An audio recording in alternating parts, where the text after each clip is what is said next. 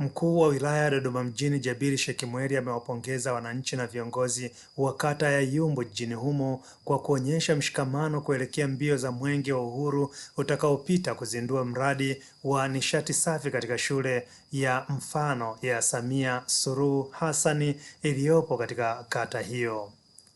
Akiongea mara baada ya kuhitimishwa mashindano ya ligi ya Mwenge Cup yaliyofanyika katika uwanja wa shule ya msingi Iyumbu, amesema ni hamasa, uelimishaji na mwaliko wa wananchi wako, wananchi wenzio wa kata wa Iyumbu, Mwenge wa Uhuru unapokuja kwenye eneo hili. Kwa kufanya hivyo, wananchi hao wamepata taarifa tena ya muda mrefu tangu tarehe 16 yalivyoanza mashindano. Watu wakusanyika kuna nini? Mashindano ya kombe la Mwenge. Katika hili ninakupongeza kwa dhati Mheshimiwa Diwani.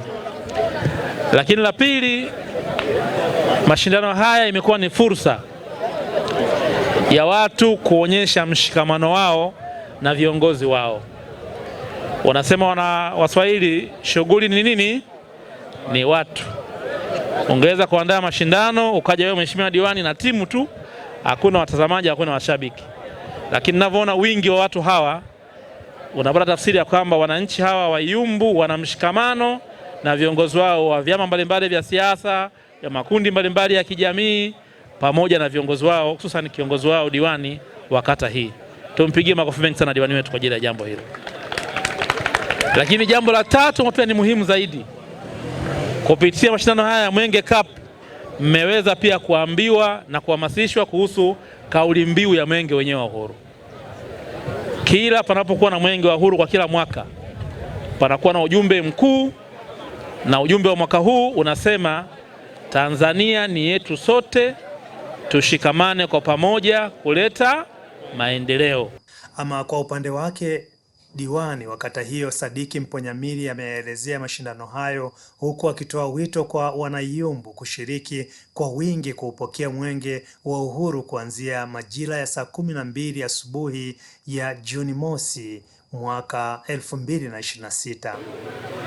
Ligi hii Mwenge Cup ilikuwa na mahususi maalum ya kuwajuza wananchi, ya kuwataarifu wananchi mwaka huu, mwaka 2026, tarehe 1 mwezi wa 6 tutakwenda kupokea Mwenge wa Uhuru kwenye kata yetu.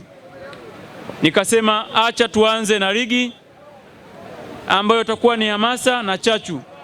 Lakini ligi hii kwa kweli tulioshuhudia toka mwanzo, Mheshimiwa, tumepata burudani ya kutosha. Toka tunaanza kwenye makundi, tumekuja kwenye nusu fainali, lakini leo tumekwenda kutamatisha fainali. Kwa kweli tumefarijika na tumejifunza mengi. Hongereni sana wachezaji wote, lakini wananchi niwapongeze sana kwa kushuhudia mashindano haya. Na wito wangu kwenu kama wananchi wenzangu wa kata ya Iyumbu, kesho saa 12 twendeni pale shule ya mfano.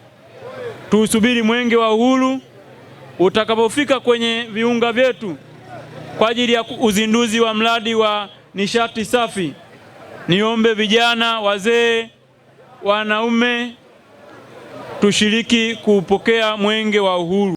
Awali polisi kata wa kata hiyo, mkaguzi msaidizi wa jeshi la polisi Daudi Matala amesema kesho kata ya Iyumbu tarehe 1 kuna kuwepo na mbio za Mwenge katika shule ya Dr. Samia. Tutakuwepo pale.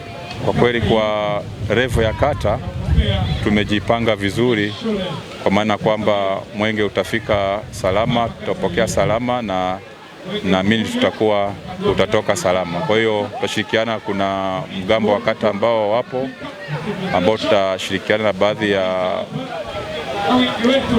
ya wenzetu, tutashirikiana nao, naamini tutafika salama. Kwa hiyo hamasa ni kubwa sana kwa upande wetu vijana